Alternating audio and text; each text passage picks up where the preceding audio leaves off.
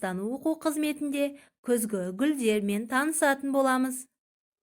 Оқу қызметімізді бастамас бұрын, менің соңымнан мына шаттық шеңберді бірге айтып шық. Біз қандаймыз, шұғылалы таңдаймыз, күлімдеген күн дейміз, ренжуді біз білмейміз, қуанамын мен де, қуанасың сен де, арайлап атқан күнге амандасамыз біз де. Жарайсыңдар балалар. Балалар, айтыңдаршы, бір жылда неше жыл мезгілі бар? Дұрыс айтасыңдар, 4 жыл мезгілі бар. Қазір жылдың қандай мезгілі? Сендер сондай ақылды бала екенсіңдер. Қазір күз мезгілі. Күз мезгілінде күн салқындап, жаңбыр жиі жауады. Жапырақтардың барлығы сар түске боялып, құстар жылы жаққа ұшады. Күз мезгілінде барлық көкөністер мен жемістер пісіп, астықтар орылып, молшылық орын алады. Сондықтан да күз мезгіліміз берекелі күз деп атаймыз. Күз мезгілінің белгілерін қарап, осы белгілер бойынша әңгімелеп бер. Күз мезгілінде неге жаңбыр көп жауады? Ойланып жауап бер. Балалар, біз не көріп тұрмыз? Бұл гүлдер. Бұл қандай гүл деп ойлайсың? Балалар, күз мезгілінің салқын күніне шыдайтын осындай әдемі күзгі гүлдер бар. Олар суықтан қорықпайды. Әсем жайқалып, күз мезгілінде де гүлін шашып, бізді қуантып жүреді. Қалай ойлайсыңдар? Бұл қандай гүл? Бұл балалар ақ кекіре гүлі.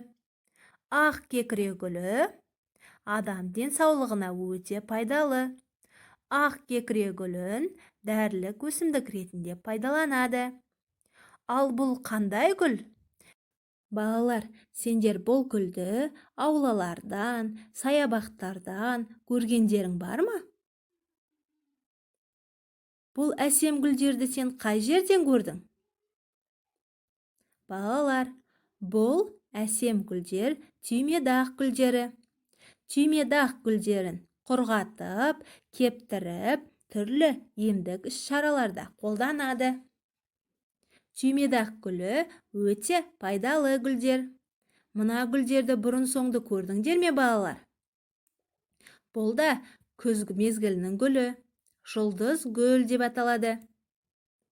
Жұлдыз гүлдері түрлі түсті болып келеді.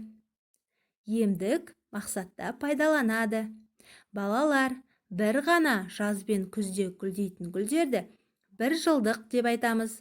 Ал бірнеше жыл қатарынан гүлдеп, біздің көз қуанышымызға айналатын гүлдерді көп жылдық дейміз.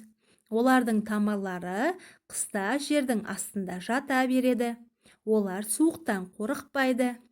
Ал енді балалар, гүлдің сырт келбетімен, құрылысымен таныс болайық.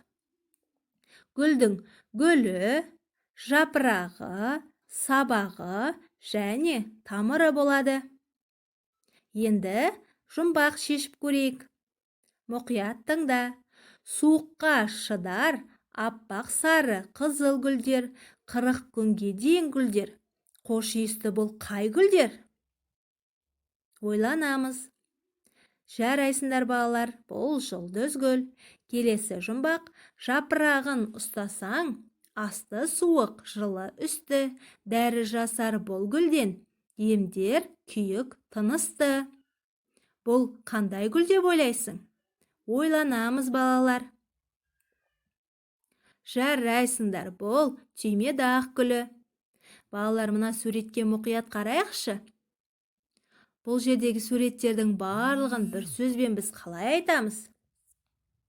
Дұрыс айтасыңдар, бұның барлығын біз гүлдер деп айтамыз. Енді балалар, барлығымыз әсем әнді тыңдап, бірге сергіп билеп алайық, көңілімізді көтерейік.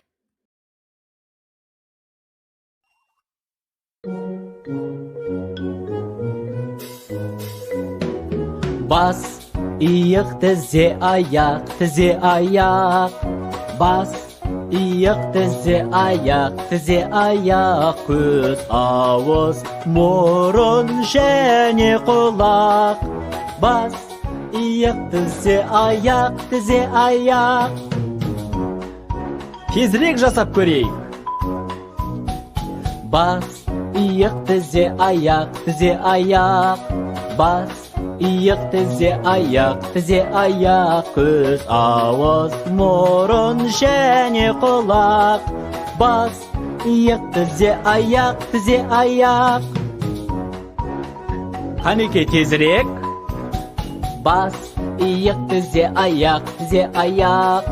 Бас, иық, тізе, аяқ, тізе, аяқ. Көз, ауыз, мұрын және құлақ. Бас, иық, тізе, аяқ, тізе, аяқ. Келіңдер, одан да тезірек. Бас, иық, тізе, аяқ, тізе, аяқ.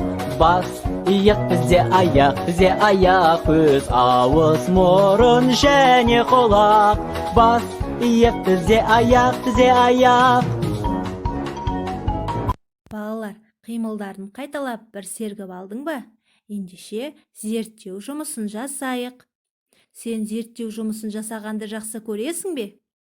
Бұған дейін нені зерттеп көрдің? Ендеше бүгін біз гүлдердің тұқымдарын бірге зерттейік. Ол үшін бізге үлкейткіш лупа қажет. Аулаға шығып, үлкейткіш лупаның көмегімен гүлдерді зерттеп көр. Және де кепкен гүл тұқымын үлкейткіш лупаның көмегімен қара. Не байқағаныңды айтып бер. Балалар, ойын ойнайық.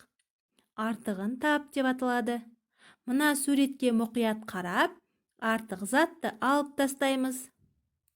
Қалай ойлайсың, бұл жердегі артық зат қайсы? Бәрекелді балақай, сен сондай ақылдысың. Бұл жердегі артық зат саңырау құлақ. Ал қалған суреттер, олар ненің суреттері? Әрине, олар гүлдер. Келесі суретке қарайық. Ал бұл жерде артық зат қайсысы? Мұқият қараймыз. Сен сондай ақылды және жылдам екенсің. Бұл жердегі артық зат таңқурай. Таңқурай гүл ме, балалар? Жоқ, ол жидек. Қалған суреттер гүл. Келесі ойынды ойнайық. Бұл ойын сыңарын тап деп аталады. Түрлі түске боялған гүлдердің сыңарларын тауып көр. Мұқият қарап, қарандаштың көмегімен сызамыз. Жарайсыңдар балалар, сендер бұл тапсырманы да дұрыс орындадыңдар. Сендер өте алғыр бала екенсіңдер. Балалар, суретке мұқият қарап, көз мезгіліне тән суретті табамыз. Бұл тапсырманы да сен дұрыс орындады деген ойдамын. Бүгінгі оқу қызметі сендерге ұнады ма? Бүгін біз көптеген қызықты мәліметтер үйрендік, ойындар ойнадық.